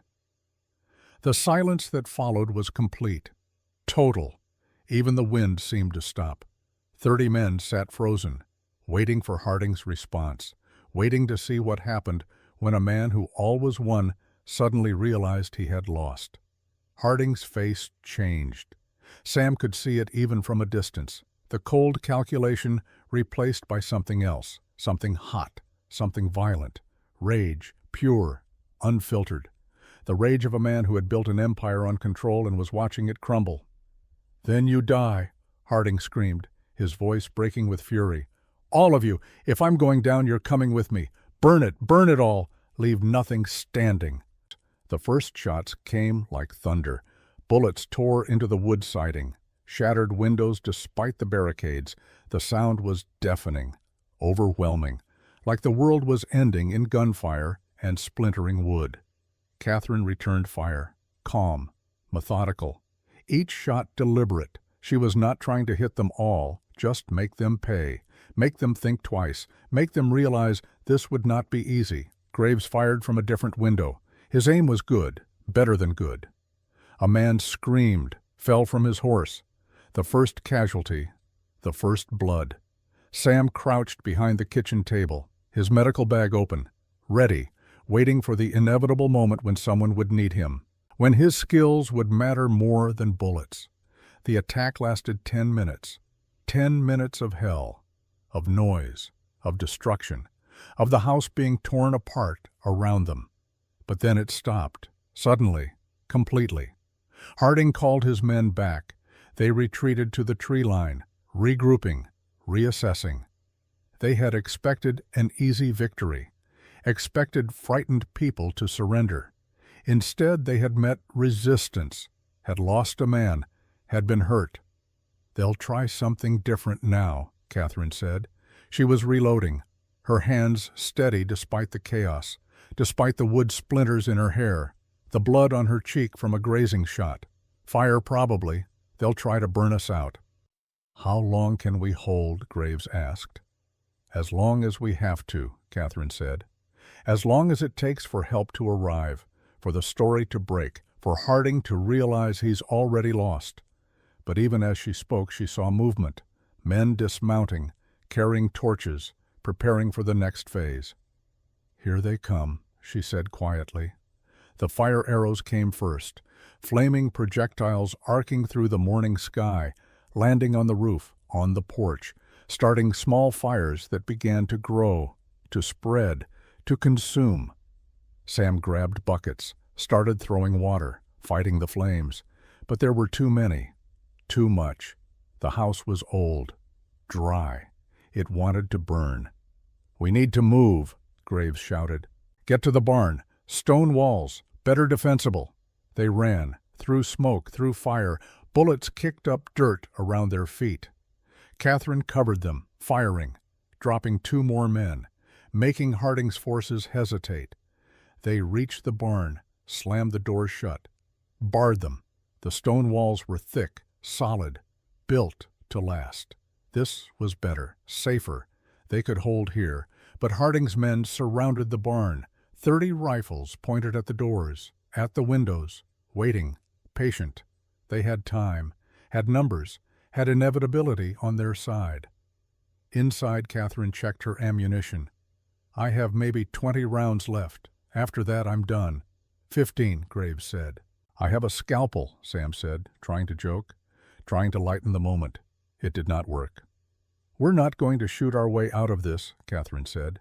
"We need a different plan." "What kind of plan?" Sam asked. "The kind where we make Harding come to us," Catherine said. "The kind where we use the only leverage we have left." "What leverage?" Graves asked. "Me," Catherine said. "Harding wants me, wants to kill me himself, for betraying him, for running, for surviving when I should have stayed his obedient weapon. If I go out there, if I face him, maybe he'll let you two live." "Absolutely not," Sam said. "That's not a plan. That's suicide." "It's the only plan we have," Catherine said. "And it might work. Harding is arrogant, prideful. He'll want to gloat, want to tell me how stupid I was. That gives you time to escape, time to survive." "No," Graves said, his voice firm, final. "There's another way." "What way?" Catherine asked. Graves looked at her, really looked, with eyes that were clear for the first time in years. "I go out there, tell Harding I have the real ledger, that what you sent was fake, that I'll trade it for safe passage. He'll believe me. I'm a coward, always have been. He'll think I'm trying to save myself." "And then what?" Catherine asked. "And then I shoot him," Graves said simply. "Point blank, before he knows what's happening. Without him, his men will scatter. They're hired guns, not believers. They won't die for a dead man's grudge." "You'll die," Catherine said.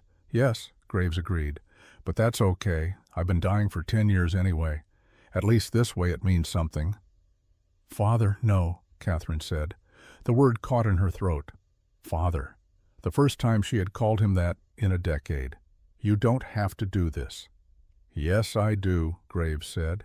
"This is how I save you. Not 10 years ago. Now. This is how I become the man I should have been, the father you deserved." He moved to the door before anyone could stop him. Unbarred it. Stepped outside with his hands raised. The shooting stopped. Everyone watched. Waiting. "Harding!" Graves shouted. "I want to deal." Harding stepped forward, curious, cautious. "What kind of deal, Marshal? You're surrounded. You have nothing to bargain with." "I have the real ledger," Graves said. "The one in there is a fake. I've had the real one all along. Hidden. Safe. I'll give it to you, tell you where it is. In exchange, you let them go. Let Catherine and the doctor walk away. They're nothing to you. Just kill me and take your book. That's a good deal." Harding smiled. Cold. Cruel. "You really think I'm that stupid? You think I don't know the telegrams have already been sent? The damage is done, Marshal. You're all dead. You just don't know it yet." "Then what do you have to lose?" Graves asked. He was walking forward now, slowly, deliberately, closing the distance. "Kill me. Make an example. Show everyone what happens to traitors. At least give me that. Let me die knowing I tried." Harding laughed. "Fine. Come here, old man. Let me see your eyes when you realize you died for nothing." Graves walked closer. 10 feet, 5 feet, 3 feet. Close enough to see the gray in Harding's eyes. Close enough to smell his expensive tobacco. Close enough to matter. "I did die for nothing," Graves said quietly. 10 years ago, when I let my family burn. But not today. Today I die for something. For someone. For my daughter." His hand moved. Fast. Faster than an old man should move. The derringer came from his sleeve. Small. Hidden. Deadly at close range. He fired twice. Both shots hit Harding in the chest. Center mass. The colonel staggered, his eyes wide with shock, with disbelief, with the sudden understanding that he had lost, that a coward had found courage, that this was the end. But Harding's men reacted. 30 rifles fired as one. Graves was thrown back by the impact, his body torn apart. He fell in the dirt, bleeding, dying, but smiling. Catherine screamed, a sound of pure anguish. She ran from the barn, ran to her father, dropped to her knees beside him. "No, no, no, you weren't supposed to. You can't." Graves looked up at her, his breath coming in gasps, blood on his lips. "I'm sorry. For everything. For all of it. But mostly, I'm sorry it took me so long to be brave." "You were always brave," Catherine lied, crying now, tears streaming down her face. "You were always my father, always." "Liar," Graves said, but he smiled. "But thank you, for the lie, for this moment, for letting me die knowing you don't hate me completely." "I don't hate you," Catherine whispered. "I never did. I just wanted you to choose me, to choose us, and you did. Today you did." "Today I did," Graves agreed, his voice fading, his eyes losing focus. "Tell your mother I'm sorry. Tell your brother. Tell them I'm coming. Tell them I finally did the right thing." He died with his daughter's hand in his, with her tears on his face, with his sins forgiven if not forgotten. Catherine looked up, at Harding's men, at their rifles still pointed at her, waiting for orders, waiting to finish what they started. But Harding was down, on his knees, bleeding, dying, his empire crumbling, his men uncertain, without leadership, without purpose. One of them lowered his rifle, then another, then all of them. They mounted their horses, they rode away. Not because they were merciful, but because dead men don't pay salaries, because lost causes are not worth dying for. Sam ran to Catherine, dropped beside her, checked Harding. The colonel was still alive. Barely. "I can save him," Sam said, his doctor's instinct taking over. "I can stop the bleeding, keep him alive for trial." Catherine looked at Harding, at the man who had destroyed her life, who had made her into a weapon, who had stolen everything from her. "No," she said. "Let him die. Let him face whatever judgment comes next. We're done with him." Harding laughed, a wet gurgling sound. Blood bubbled at his lips. "You think you've won, you stupid, ungrateful girl, after everything I did for you." Catherine looked down at him. Her face was stone. "You did nothing for me. You destroyed my family, locked me in hell, made me a monster." "I saved you," Harding shouted, then coughed. More blood. "That night, the fire. You were burning. Your dress was on fire. I pulled you out, carried you away from the flames while your father stood there doing nothing. I saved your worthless life." Catherine's hands curled into fists. "And then you turned me into a weapon." "I gave you purpose," Harding rasped. His gray eyes burned with fever and fury. "I pulled you from that burning house. I paid for doctors to heal your burns. I gave you a room in my home, food, education. I raised you like you were my own daughter, better than my own daughter. I gave you everything." "You gave me trauma," Catherine said quietly. "You gave me nightmares. You gave me blood on my hands I can never wash off. I gave you strength." Harding's voice was fading now, weakening. "Without me you'd be nothing, dead in that fire, or alive and broken. A shell.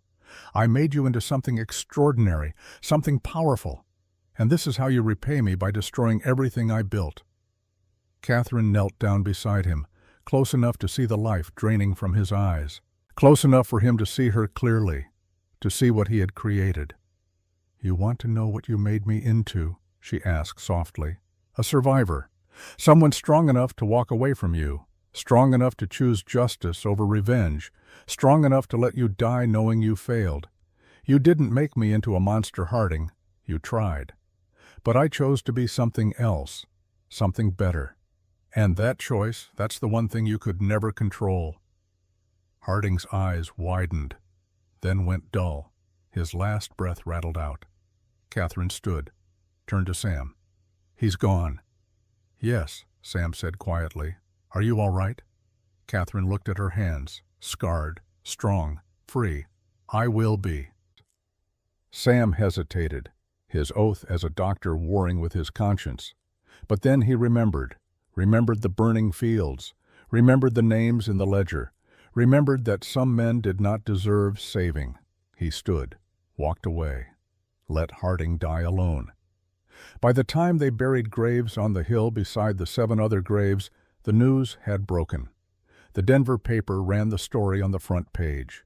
War hero or war criminal Harding's ledger exposes decades of corruption. Other papers followed. The territorial governor opened an investigation. Arrests were made. The empire Harding built began to crumble. 6 months later, Sam and Catherine stood in front of a small building on the edge of a town in California. A sign above the door read, "Bridger Medical Clinic, all welcome." Inside were supplies, medicine, instruments, everything needed to help people, to save lives, to build something good from the ashes of something terrible. Catherine had cut her hair short, wore dresses now sometimes, smiled occasionally. The darkness was still there, would always be there, but it was not all she was anymore. Sam looked healthier, less haunted. The nightmares still came, but less frequently. The guilt was still there, but no longer crushing. He was learning to live with it, to accept it, to use it as motivation to be better. They had burned the shackles in a ceremony, along with the rifle, the coat, the burlap sack, everything that represented what Catherine had been, what she had done. They let the fire take it all, let the smoke carry it away. Not to forget, but to finally let go.